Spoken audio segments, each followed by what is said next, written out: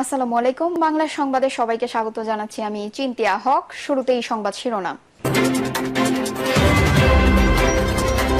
কিয়ামত পর্যন্ত জামাত ক্ষমতা আসবে না, বলছেন গয়েশ্বর।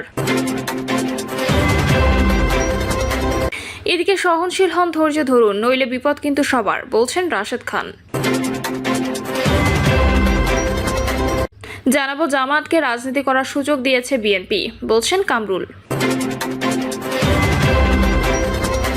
জানাবো 4টি হত্যা মামলা করল পুলিশ, আসামি 5,400। এবং সর্বশেষ জানাবো আমরা একটি গণতান্ত্রিক সংবিধান রচনা করতে চাই, বলছেন নাহিদ ইসলাম। শুনছিলেন সংবাদ শিরোনাম, এবারে বিস্তারিত। কিয়ামত পর্যন্ত জামাত ক্ষমতায় আসবে না, বলছেন গয়েশ্বর। কিয়ামত পর্যন্ত জামাত কখনো রাষ্ট্র ক্ষমতায় আসবে না বলে মন্তব্য করেছেন বিএনপির স্থায়ী কমিটির সদস্য গয়েশ্বর চন্দ্র রায়। তিনি বলেন, অন্য দল আসবে কিন্তু ওরা আসবে না, এটা শিওর। যখন পাকিস্তান আন্দোলন হয় ওরা তখন পাকিস্তানের বিরোধিতা করছে। আজ পর্যন্ত পাকিস্তানে জামাত কখনো ক্ষমতায় আসতে পারেনি। তিনি বলেন, তারা সাধারণ মানুষের ভাষা না বুঝে তাদের মতলব হাসিল করতে চায়। স্বাধীনতা আন্দোলনের মতো প্রত্যেকটা আন্দোলনে আমাদের শ্রম আছে। যারা 71 সালকে স্বীকার করে না, যারা স্বাধীনতাকে স্বীকার করে না, যারা বলে পাকিস্তান ভারতের যুদ্ধ হয়েছে, স্বাধীনতা যুদ্ধ হয় নাই, তাদের কথা শোনা ও গুরুত্ব দেওয়ার সময় নেই বাংলাদেশের মানুষের। তিনি বলেন, এখন নির্বাচন বানচালের ষড়যন্ত্র হচ্ছে, আওয়ামী লীগকে ব্যান করার চেষ্টা হচ্ছে, আওয়ামী লীগকে নির্বাচনে অংশ নিতে দেওয়া হবে না বলা হচ্ছে। আওয়ামী লীগের যারা অপরাধী তাদের বিচার হোক, কিন্তু আওয়ামী লীগ রাজনীতি করতে পারবে না, এটা গ্রহণযোগ্য নয়। তিনি আরো বলেন, রাজনৈতিক দল নিষিদ্ধ করে কখনো রাজনীতি হয় না, আর এখন আওয়ামী লীগ নিষিদ্ধের কথা হচ্ছে। কিছুদিন পর বিএনপি নিষিদ্ধের কথা বলা হবে, আর তখন দেশ চালাবে 71-এর রাজাকাররা। সহনশীল হন, ধৈর্য ধরুন, নইলে বিপদ কিন্তু সবার, বলছেন রাশেদ খান।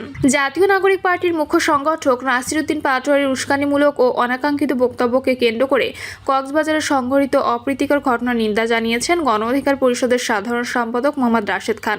একই সঙ্গে ফাঁসিবাদ বিরোধী শক্তিকে ঐক্যবদ্ধ থাকার আহ্বান জানিয়ে তিনি বলেছেন, বিভাজনের ফলে আবারও 1/11 সৃষ্টি হলে হাসিনা ফিরবে, তখন কারো রক্ষা হবে না। সবাই সহনশীল হন, ধৈর্য ধরুন, নইলে বিপদ কিন্তু সবার। রাতে নিজের ভেরিফাইড ফেসবুক পেজে দেওয়া এক পোস্টে এসব কথা বলেন রাশেদ খান। তার পোস্টটি পাঠকদের জন্য তুলে ধরা হলো। নাসিরউদ্দিন পাটোয়ারি ইতোমধ্যে যেদিন প্রেসিডেন্ট জিয়াউর রহমানকে নিয়ে বাজে বক্তব্য দেন, তার পরদিনই চাঁদপুরে তার একটা সমাবেশ ছিল। জিয়াউর রহমানকে নিয়ে বাজে মন্তব্য করার কারণে চাঁদপুরের সমাবেশকে কেন্দ্র করে পরিস্থিতি বেশ উত্তপ্ত হয়ে পড়েছিল। তখন রমজানের সময় সমাবেশে যাতে কোনো ঝামেলা না ঘটে সেজন্য নাসিরউদ্দিন পাটোয়ারি রাত 3টার দিকে বিএনপির স্থায়ী কমিটির সদস্য সালাউদ্দিন আহমেদকে ভাইকে কল দেন। এরপর সালাউদ্দিন আহমেদ ভাই সে সময় চাঁদপুরের নেতৃবৃন্দকে বলে দেন, কোনো অপ্রীতিকর পরিস্থিতি যাতে তৈরি না হয়। বেশ কয়েক মাস আগে নাসিরউদ্দিন পাটোয়ারি সহ এনসিপির বর্তমান বেশ কয়েকজন শীর্ষ নেতা সালাউদ্দিন আহমেদ ভাইয়ের বাসায় বসেছিলেন। সেখানে দেশ জাতি রাজনীতি নির্বাচন নিয়ে বেশ আলোচনাও করেন তারা। বিষয়গুলো আমি আর বিস্তারিত না বলি। তার সঙ্গে অনেক আলাপচারিতায় তিনি এনসিপি নেতাদের প্রতি সবসময় আন্তরিক ভাষায় কথা বলেছেন।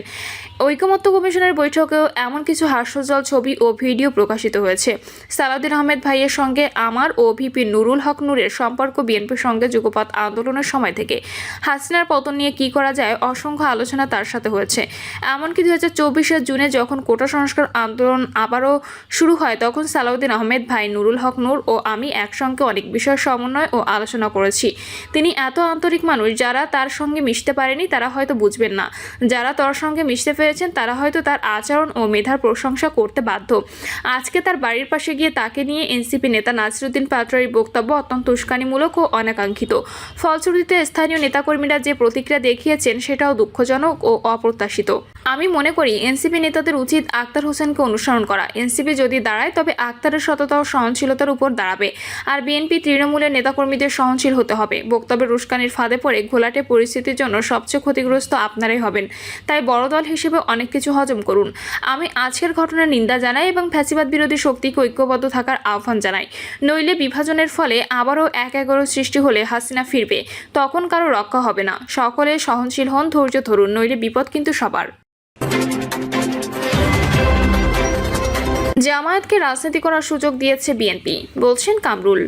সাবেক রাষ্ট্রপতি ও বিএনপি প্রতিষ্ঠাতা জিয়াউর রহমানকে জামাত ইসলামের জন্মদাতা হিসেবে আখ্যা দিয়েছেন কামরুল হুদা নামে কুমিল্লার এক বিএনপি নেতা। বিএনপি নেতার ওই বক্তব্যের 49 সেকেন্ডের একটি ভিডিও সামাজিক যোগাযোগ মাধ্যমে ভাইরাল হয়েছে। ভাইরাল ওই ভিডিওতে কামরুল হুদাকে বলতে শোনা যায়, জামাতকে রাজনীতি করার সুযোগ কে দিয়েছে? বিএনপি। শহীদ প্রেসিডেন্ট জিয়াউর রহমান জামাতের জন্মদাতা, সেই জন্মদাতার সঙ্গে তারা বেইমানি করেছে। জন্মদাতার ছবি রাস্তায় ফেলে তারা হটকারিতা করছে। জামায়াতের অঙ্গ সংগঠনের ছেলেরা আমার নেতাকে নিয়ে কুরুচিপূর্ণ স্লোগান দিচ্ছে। দেশনায়ক তারেক রহমানকে নিয়ে তারা স্লোগান দিচ্ছে। জিয়াউর রহমানের ছবি প্রজ্বলিত করছে। আমরা ভোট দিতে পারি না, এরা ধর্মের কথা বলে বেহেশতের সার্টিফিকেট বিক্রি করে, এদের থেকে সাবধান হবেন। বক্তব্যের বিষয়ে জানতে যোগাযোগ করা হলে কামরুল হুদা বলেন, জামায়াতকে নতুনভাবে জীবন দিয়েছিলেন শহীদ প্রেসিডেন্ট জিয়াউর রহমান। আমি আমার বক্তব্যে সেই কথাটি বলেছি। আমরা সঠিক ইতিহাস তুলে ধরছি। প্রসঙ্গত, এর আগে জিয়াউর রহমানের নাম মুখে নিলে বেহেশতে নিশ্চিত বলে মন্তব্য করে দেশজুড়ে সমালোচিত হয়েছিলেন এই নেতা। চলতি বছরের 1 জানুয়ারি 14গ্রাম উপজেলা কেন্দ্রীয় ঈদগাহ মাঠে ছাত্রদলের প্রতিষ্ঠাবার্ষিকী অনুষ্ঠানে তিনি একথা বলেন। তার ওই বক্তব্য নিয়ে সমালোচনার ঝড় ওঠে। ভাইরাল হওয়া বক্তব্যে কামরুল হুদাকে বলতে শোনা যায়, শহীদ রাষ্ট্রপতি জিয়াউর রহমানের নাম প্রতিদিন নিলেই বেহেশতে নিশ্চিত। আমি বিশ্বাস করি, কারণ উনি দেশের জনগণের সঙ্গে হঠকারিতা করেননি। 4টি হত্যা মামলা করল পুলিশ, আসামি 5400। গোপালগঞ্জের জাতীয় নাগরিক পার্টি জুলাই পদযাত্রা কর্মসূচি ঘিরে হামলা সংঘর্ষে মৃত্যুর ঘটনায় পুলিশ 4টি হত্যা মামলা করেছে। গতকাল রাতে সদর থানায় 4 জন উপপরিদর্শক বাদী হয়ে মামলাগুলো করেন। 4টি মামলায় কারো নাম উল্লেখ না করে অজ্ঞাতনামা মোট 5400 জনকে আসামি করা হয়েছে। মামলাগুলোতে দণ্ডবিধির 147, 148, 149, 186, 153, 307, 302 ও 34 ধারায় অভিযোগ আনা হয়েছে। গোপালগঞ্জ সদর থানার পরিদর্শক আব্দুল্লাহ আল মামুন হত্যা মামলার বিষয়টি নিশ্চিত করেছেন। গোপালগঞ্জের সংঘাত সংঘর্ষে এখনো পর্যন্ত 5 জনের মৃত্যু হয়েছে।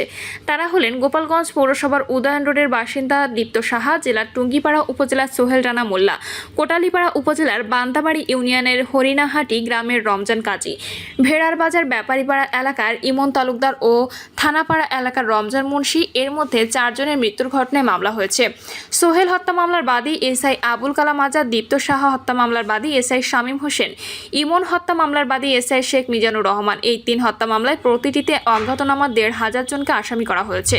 অন্যদিকে রমজান কাজী হত্যা মামলা করেন এসআই মোহাম্মদ আয়ুব আলী। এই মামলায় আসামি করা হয়েছে অজ্ঞাতনামা 900 জনকে। তবে রমজান মুন্সির মৃত্যুর ঘটনায় এখনো পর্যন্ত কোনো মামলা হয়নি। এর আগে পুলিশের উপর হামলা, গাড়ি ভাঙচুর, অগ্নিসংযোগ এবং রাষ্ট্রবিরোধী কার্যকলাপের অভিযোগে মোট 4টি মামলা করা হয়। গোপালগঞ্জ সদর, কাশিয়ানী ও কোটালীপাড়া থানায় মামলাগুলো করে পুলিশ।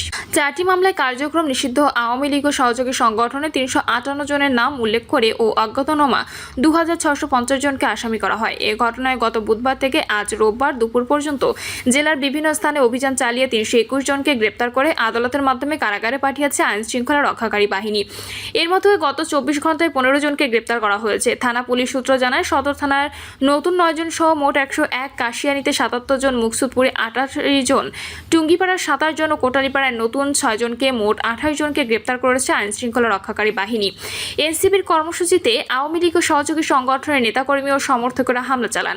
পরে আইন শৃঙ্খলা রক্ষাকারী বাহিনীর সঙ্গে সংঘর্ষে 5 জনের মৃত্যু হয়, আহত হন অর্ধশতাধিক। পরিস্থিতি নিয়ন্ত্রণে সেদিন প্রথমে 144 ধারা জারি করেন জেলা প্রশাসক ও ম্যাজিস্ট্রেট মোহাম্মদ কামরুজ্জামান। রাতেই জারি করা হয় কারফিউ। পরে কারফিউর সময় কয়েক দফা বাড়ানো হয়। আমরা একটি গণতান্ত্রিক সংবিধান রচনা করতে চাই, বলছেন নাহিদ ইসলাম।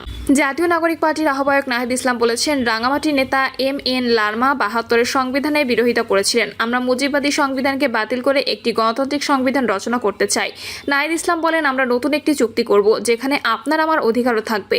পাহাড়ে যে অশান্তি, যে বিভেদ বছরের পর বছর জিইয়ে রাখা হয়েছে, সেই অশান্তি ও বিভেদকে দূর করতে হবে। এজন্য আমাদের সবাইকে ঐক্যবদ্ধ হতে হবে। তিনি বলেন, আমরা 72-এর যে মুজিববাদী সংবিধানের বিরুদ্ধে বলে আসছি যে সংবিধানে সব জনগোষ্ঠীকে অন্তর্ভুক্ত করা হয়নি। আমরা সব বিভেদের ঊর্ধ্বে গিয়ে সব জনগোষ্ঠীকে মর্যাদা দিয়ে একটি সংবিধান রচনা করতে চাই।